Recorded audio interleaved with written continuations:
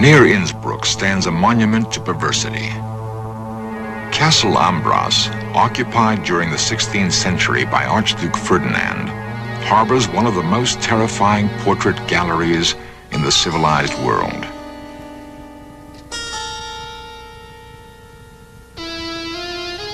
Painted from life, these grotesqueries reflect the offbeat tastes of the collector.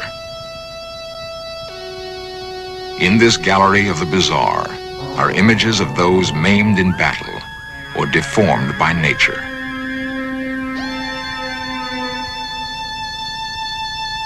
One portrait seems curiously out of place.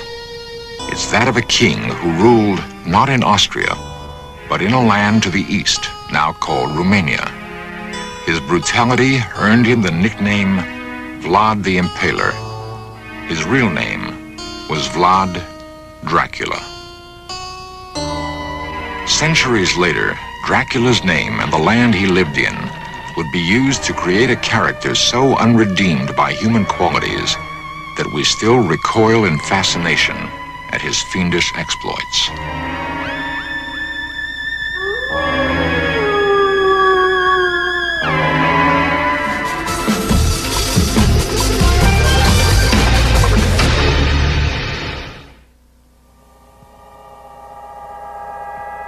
Horror has a special fascination for many, and filmmakers have done their best to exploit that fascination. Audiences have come to know Dracula well. They've seen him portrayed on the screen for more than 50 years. There's the black cape, the jutting canine teeth, the demonic eyes and nocturnal lust for blood. But what of the truth behind the legend?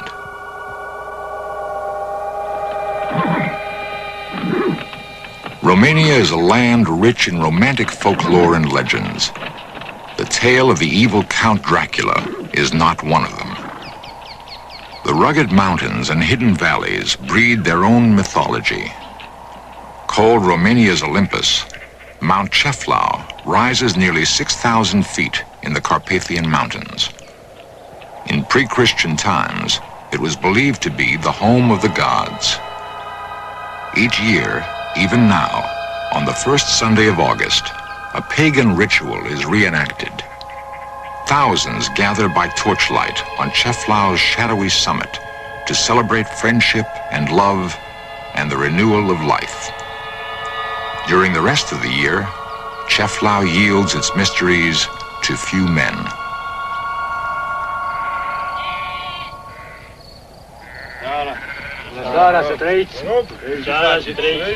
Dr. George Yakomi is a surgeon who climbs mainly for adventure. The other, a shepherd, who has spent a lifetime in these alpine meadows. Both know the mountain and its hidden places. Both respect its awesome symbolic power. Though one is a simple peasant, the other a man of science, the mountain has given them a strong bond of friendship. They exchange stories of ancient superstitions of dark, frightening corners where no one has yet ventured.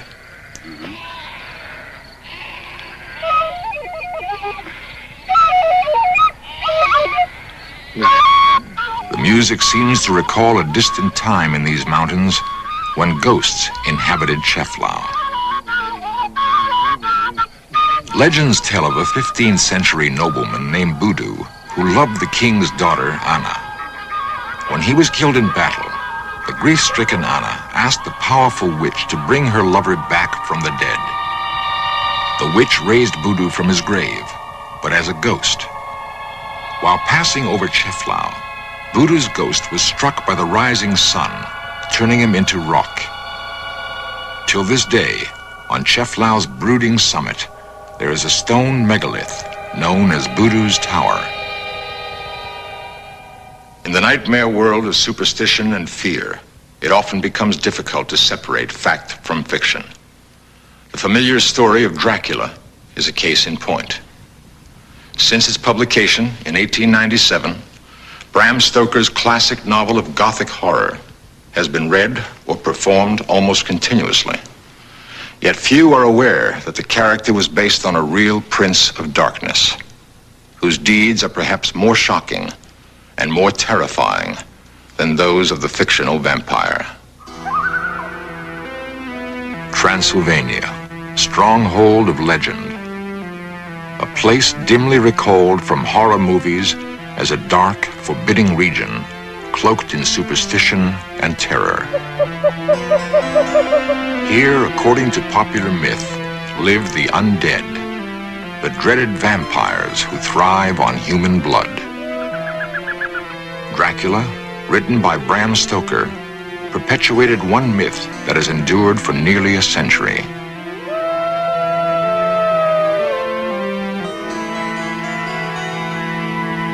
Along Transylvania's southern perimeter stands Castle Braun. In appearance, it corresponds to the castle described in the novel as the home of the bloodthirsty Count. Haunted by his own childhood visions of threatening forests and spooky castles, Bram Stoker created an eerie world that became more than just a horrifying journey into the supernatural. It was also a parable of Victorian repression. Locked inside Castle Dracula's dark walls were hidden passions and secret longings, which erupted into violence and terror.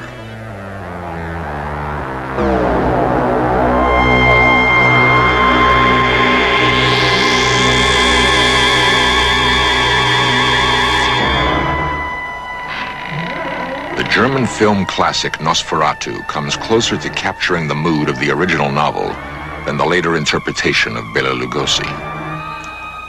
In the book, the hero Jonathan Harker describes his first encounter with Dracula. Holding out his hand, he grasped mine with a strength which made me wince, an effect which was not lessened by the fact that it seemed as cold as ice. Taking Transylvania, a remote place he'd heard of but never seen, as his setting, Stoker evoked chilling images of the living dead.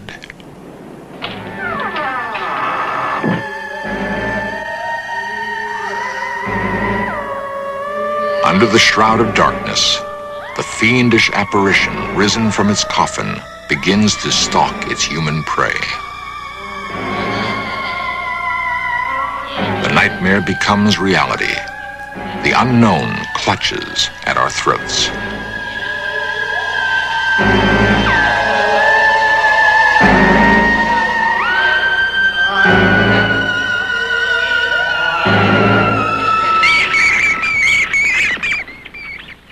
The shrieking of the vampire bat evokes the horror of Dracula.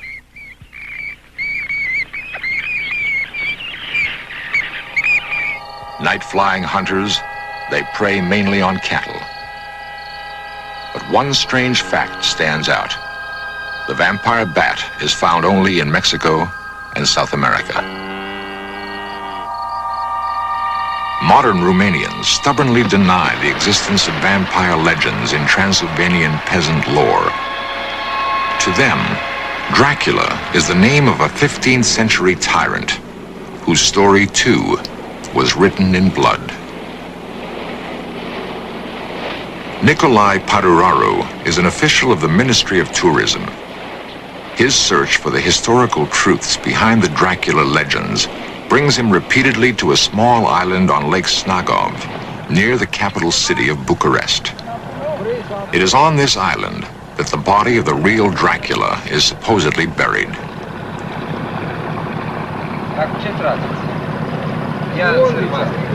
Nicolae knows the island's history and its few inhabitants intimately.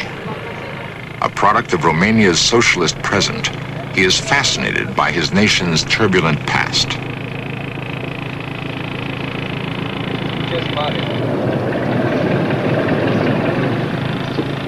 Părinte! Nicolae is greeted by the abbot, who shares his interest in the story of the bloody king who bore the name Dracula. For the two men, the old church has become more than a religious shrine and national monument. Its ancient doors are the gateway to a mystery that for centuries has baffled scholars and historians.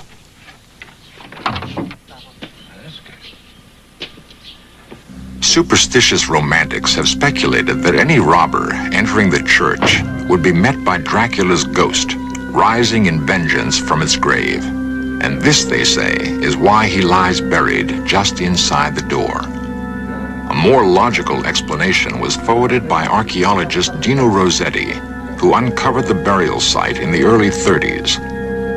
The decapitated body was placed in an unmarked grave to prevent vandalism. Saints and kings have begun to fade silently from Snagov's walls. The monastery enjoyed the protection of Vlad Dracula during the 15th century. But when one of the priests dared challenge the king's decisions, he was put to death, slowly and painfully. The torturous method of execution favored by the king was so barbarous, his own countrymen branded him Vlad the Impaler, in Romanian, Vlad Țepeș.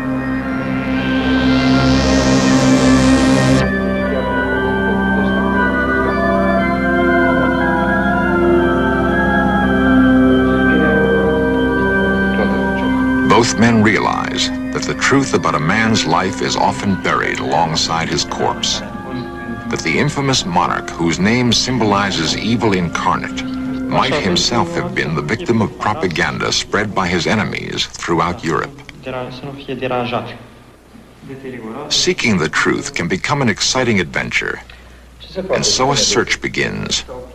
It will unravel some of the mysteries which surround the life of a king they called Dracula, son of the devil.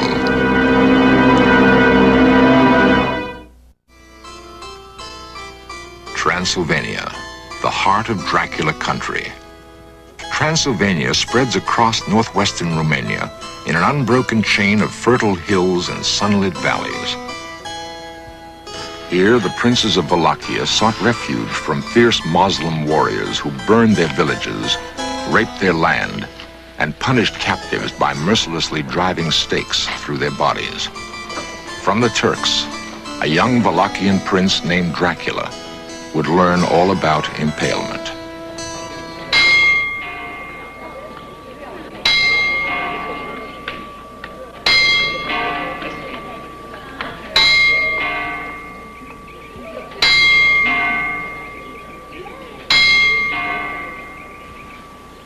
Like an image from an old fairy tale, the town of Sighișoara slumbers peacefully along the gentle slopes of the Transylvanian highlands. Unchanged since the Middle Ages, Sighișoara was once a bastion of Germanic military might and commercial enterprise. In this house, in 1431, a son was born to the fearsome Prince Vlad Dracul, the dragon. The boy was called Dracula, son of the dragon. A coin bearing the family emblem is one of the few remaining artifacts from Dracula's reign. The symbol of the dragon reinforced Vlad's image as a fearless Christian crusader. As his notoriety grew, the name Dracula took on new meaning. Dragon would be increasingly interpreted as devil. Vlad belonged to an age of brutality.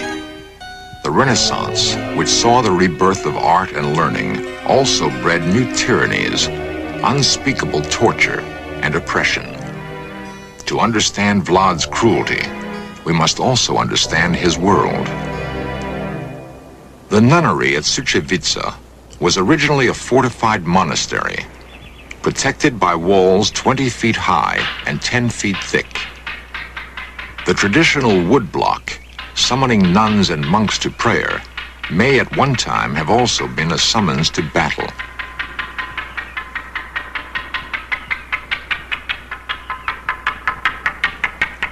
For the monasteries of Romania were more than strongholds of the Christian faith. They were part of a formidable defense perimeter to ward off invaders. It's likely that the young Dracula looked out from the battlements of such a monastery, watching men die in the brutal spectacle of war.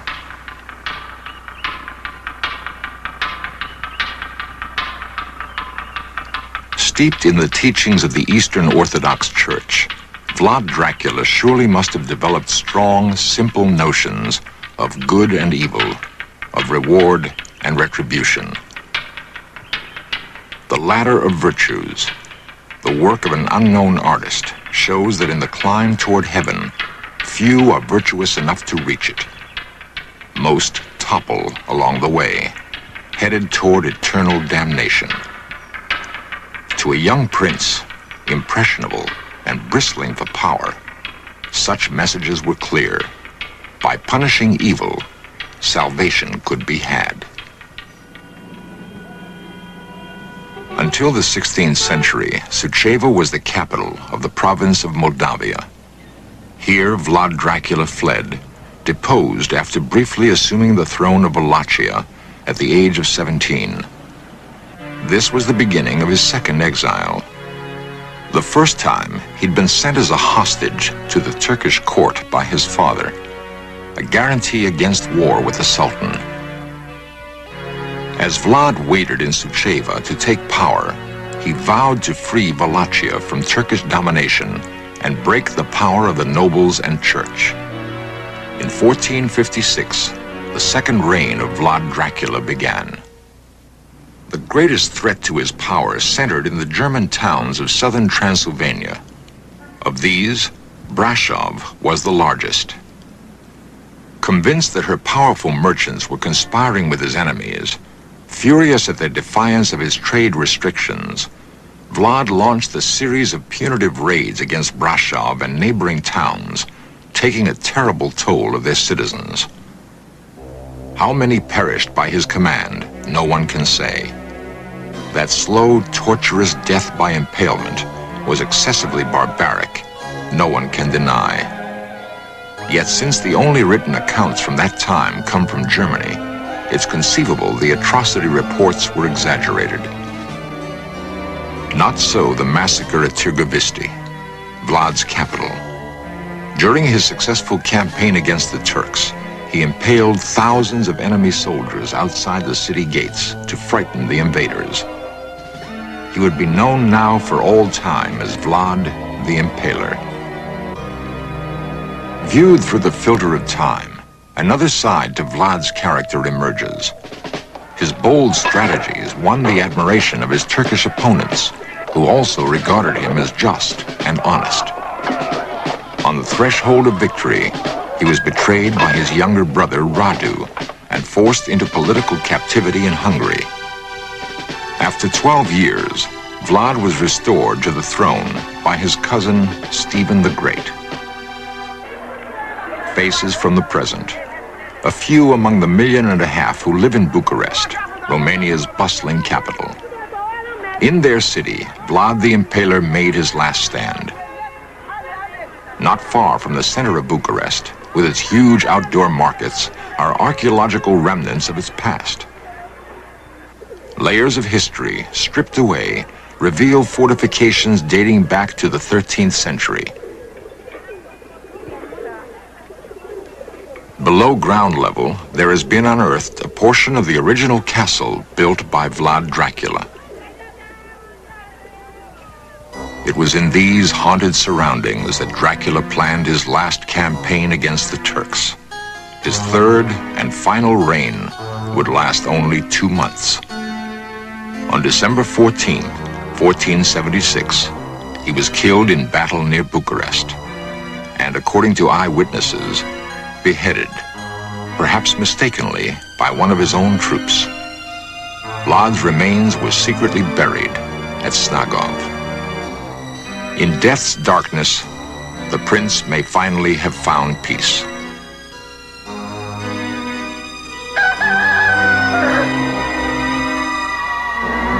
If some light has been shed on the truth during this search for Dracula, it doesn't mean that belief in vampires will be dispelled.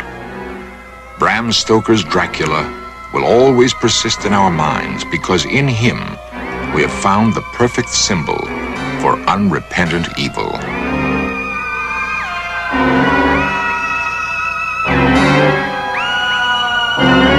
In Nosferatu, Dracula is destroyed by the daylight, dissolving in a puff of smoke.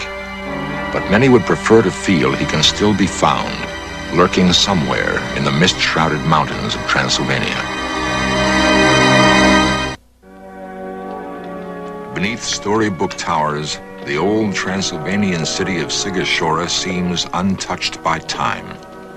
Her people still bear traces of their medieval ancestry, clinging tenaciously to old traditions and religious faith.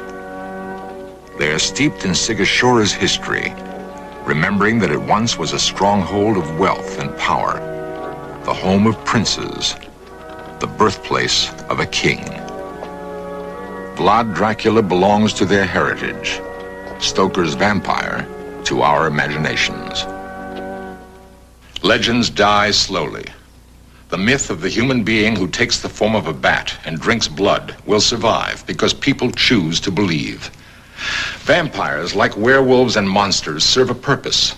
They are representations of our hidden fears. By conquering these nightmare creatures, we purge ourselves of our darkest thoughts, and in so doing, reclaim the human spirit.